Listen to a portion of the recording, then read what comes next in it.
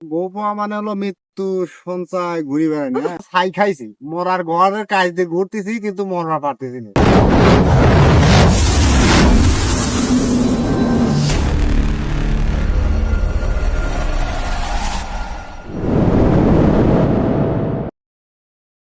ভাই, হ্যাঁ ভাই।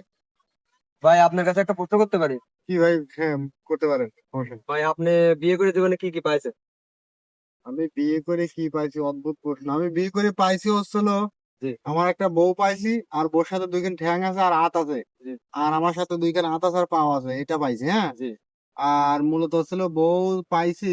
বউ বউ পাওয়া মানে হলো মৃত্যু সঞ্চয় ঘুরি বেড়ানি, হ্যাঁ। জি, জি, জি, মৃত্যু ছাড়া আর কিছু নাই। জি, এই বউ জিনিস যার কপালে জুটেছে, জি। সে আমি মনে করছি মরবার গেছে। হ্যাঁ, এছাড়া আর কিছুই নেই বলবো তো। জি, আর একমাত্র আছে এই পৃথিবীতে, আমি মনে করি যে, এখন এই কথাটা না বললেই নয়, কিন্তু সংসার যে একটা ধর্ম, এই ধর্মের উপরে পৃথিবীতে কোনো ধর্মই নেই আর। জি, আর তারপর পুরুষ মানুষের মৃত্যুর একমাত্র কারণ হচ্ছে মেয়ে মানুষ। জি, জি।